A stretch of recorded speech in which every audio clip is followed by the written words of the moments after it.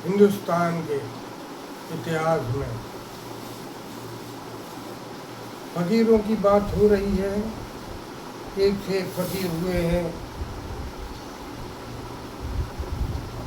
अपने इंडिया में, अपने भारतवर्ष में एक से एक दिग्गज फकीर हुए हैं। उन फकीरों की लीला परंपार रही है। आपने सिकंदर का नाम तो सुना ही होगा। सिकंदर के नाम से हर कोई वाकिफ है, जिसने पूरे सब जगह फतह हासिल करी है, तमाम जगह फतह हासिल करके झंडे गाड़ दिए सिकंदर, जीत के अपने, और जीता।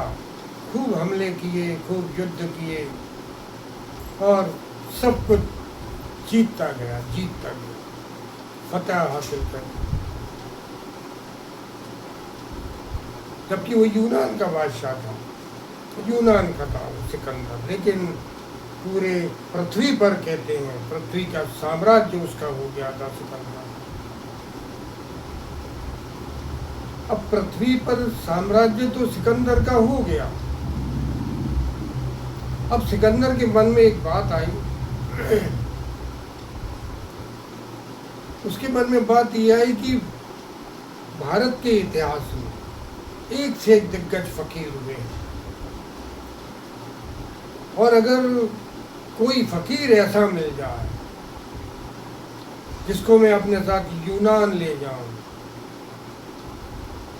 तो मालिक पर भी फतह हासिल हो जाए, मालिक ईश्वर परमात्मा पर भी फतह हासिल हो जाएगी, ऐसा उसका मानना था। तो उसने अपने लोगों को बोला कि जाओ पता लगा के आओ, एक नंबर का कोई फकीर है क्या, अव्वल नंबर का फकीर, जिसको हम अपने साथ यूनान ले जाएंगे। भारत में कई फकीर हैं, कुछ फकीर असली भी हैं, कुछ फकीर नकली भी हैं। तो उसके आदमी उत्तर दक्षिण पूरब पश्चिम सब जगह घूमे, बहुत से फकीर मिले।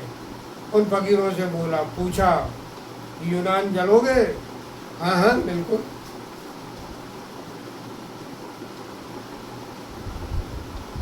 तो समझ गए वो लोग कि ये असली फकीर नहीं लग रहे हैं, जो एकदम से राजी हो जाए। वो फकीर भी फकीर नहीं। बहुत से फकीर ऐसे मिले उनके लिए, उनके आदमियों के लिए, कि जो एकदम राजी हो गए। कुछ लोग थोड़ा सा रुक के राजी हो गए, मगर राजी तो हो गए, क्योंकि उसने बोल के रखा था कि वहाँ पर तुम्हें फकीर की हालत में ही नहीं रखूँगा, तुम्हें आलीशान महलों में रखूँगा, आलीशान गद्दे होंगे, आलीशान महल होगा, सेवा करने के लिए सेवक होंगे। राजी हो गए कुछ फकीर। उनके आदमियों ने कहा कि नहीं, ये फकीर कुछ समझ में नहीं आ रहा है। फिर पता पड़ा एक फकीर है, जबरदस्त है वो फकीर। वो पूरे समय आके बंद करके अपनी रूहानी, अपने आत्मा में, अपने रूह में खुदा के रूह से एक होकर बैठा रहता है, आंखें बंद रहती है, अल्लाह मस्त आड़ा पड़ा रहता है, सिर के ऊपर हाथ लगा के। ये पहुंचे ये लोग, कहने लगे फकीर, कोई जवाब नहीं, आंखें बंद है, मस्ती में डला है फकीर, हाथों की सिर को आरास लगाए हुए बैठा है, लेटा हुआ है। फिर उन्होंने बोला, फकीर, कोई जवाब नहीं। फिर धीरे से आंखें खोली, कहने लगे, यूनान जाओगे? ये क्या होता है यूनान? कहने लगे, सिकंदर का नाम सुना है? मैं नहीं जानता किसी सिकंदर को। कहने लगे सिकंदर का आदेश है कि फकीर को यूनान ले चलो। फकीर थोड़ा सा मुस्कराया, बोला मुझे कहीं नहीं जाना, मैं कहीं नहीं जाता, मुझे जाने का कोई शौक नहीं है, मैं अलमस्त अपने मालिक में रूबरू होके बैठा रहता हूँ। कहने लगे सिकंदर का हुक्म है। कहने लगे मैं किसी सिकंदर को नहीं जानता, जाके बोल दो अपने सिकंदर से मैं नहीं जानता किसी सिकंदर के लिए। फकीर की बात में वजन था, इसलिए बाकी लोगों की हिम्मत नहीं हुई। अब सिकंदर के पास गए ये लोग, तो कहने लगे एक फकीर है, बादशाह एक फकीर है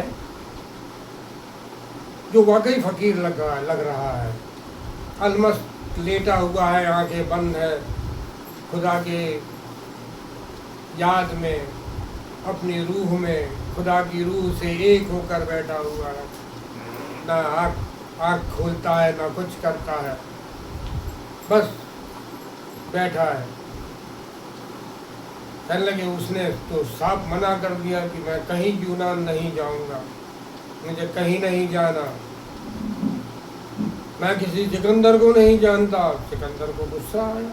बादशाह तमाम पृथ्वी पर फतह हासिल, जिसने फतह हासिल की हो, पक्का गुरूर तो होगा ही होगा, उसको घमंड तो होगा ही होगा।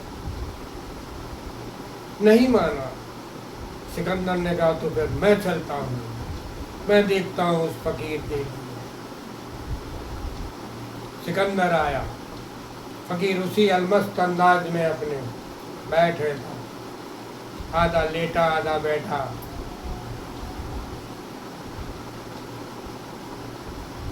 सिकंदर आया, सिकंदर ने बोला फकीर। फकीर की आंखें बंद है, पड़ा है मस्ती में।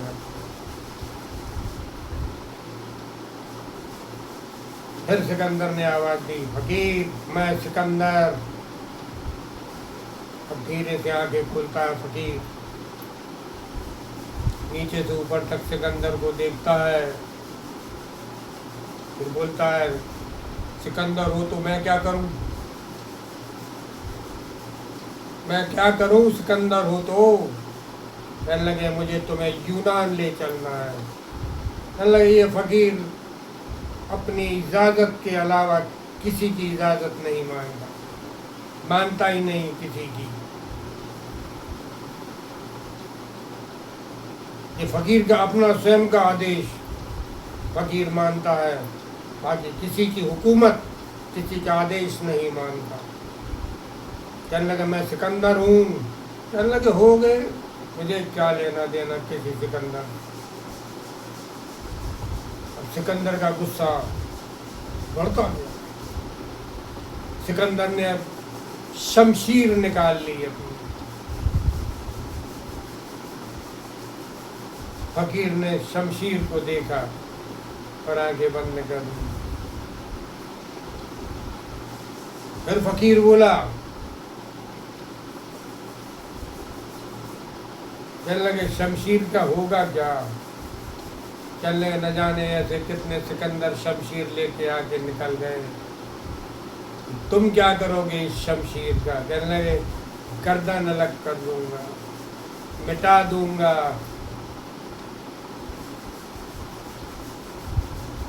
अब फकीर ने आंखें खोली और सिकंदर की तरफ नीचे से ऊपर तक देखा और बोला, सिकंदर जिसको तुम मिटाना जानते हो, जिसको तुम मिटा सकते हो, तो तुम्हारी समझ में मिटाना होता है, वहाँ तक तो मैं हूँ ही नहीं,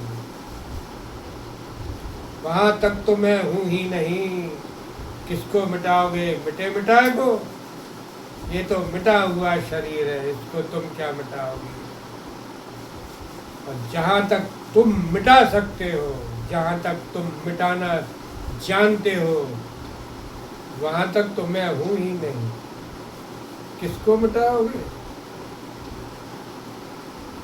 और फिर उस फकीर ने सिकंदर की तरफ जो आंखें उठाई, उस आंखों से जो नूर निकला, जो रोशनी निकली, सिकंदर की शमशीर गिर गई साहब, सिकंदर की शमशीर गिर गई। सिकंदर शांत हो गया, चुप। पैरों में गिर पड़ा फकीर के, पैरों में गिर पड़ा फकीर के सिकंदर। कहने लगे, हाथ जोड़ लिए, कहने लगे, फकीर चुप, मुंह से आवाज नहीं निकल रही। वो फकीर बोला,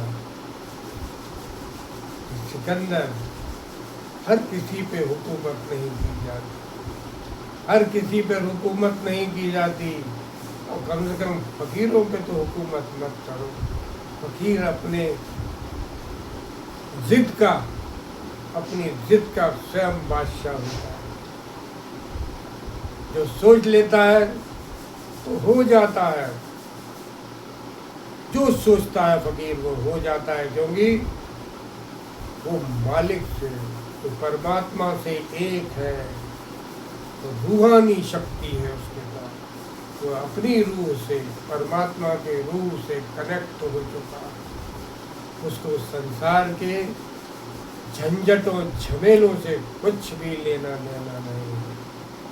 अलमस्त है वो अपने आप में, अपने आत्मा में, क्योंकि वो आत्मा में उतर चुका है, आत्मा को उपलब्ध हो चुका है वो फकीर। उसको तुम्हारे संसार से, तुम्हारे संसार की हुकूमत से, क्या है तुम्हारे पास क्या नहीं हो, कहाँ के बादशाह हो, कहाँ के सिकंदर हो, उसको कुछ लेना देना नहीं था, क्योंकि वो सिर्फ बादशाह एक को मानता है, तो वो है सिकंदर बादशाह परमात्मा। ऐसे ऐसे दिग्गज फकीर हुए। जैसे ही वो ये सुनता है सिकंदर कि तुम जहाँ तक मिटा सकते हो वहाँ तक मैं हूँ ही नहीं। सिकंदर मिटाएगा तो शरीर को मिटाएगा ना, शरीर से ज़्यादा और मिटाने के लिए है क्या सिकंदर के पास? शमशीर इसीलिए तो निकाल ली सिकंदर ने, शमशीर इसीलिए तो निकाल ली सिकंदर ने कि मिटा दूंगा, गर्दन अलग कर दूंगा। लेकिन फकीर तो फकीर होता है, अलमस्त मालिक से मिला हुआ फकीर। उसने साफ कह दिया, मिटाना होता क्या है? जिसको तुम मिटा सकोगे वहाँ तक तो मैं हूँ ही नहीं, उसके आगे है बादशाह, फकीर बादशाह उसके आगे है, उसके आगे रूह चलती है। शरीर के बाद रूह का साम्राज्य है, वो रूह है, इसलिए उसको कोई मिटा नहीं सकता। ऐसे हैं भारत के फकीर, दिग्गज फकीर, जिनके आगे हर कोई नतमस्तक होता है।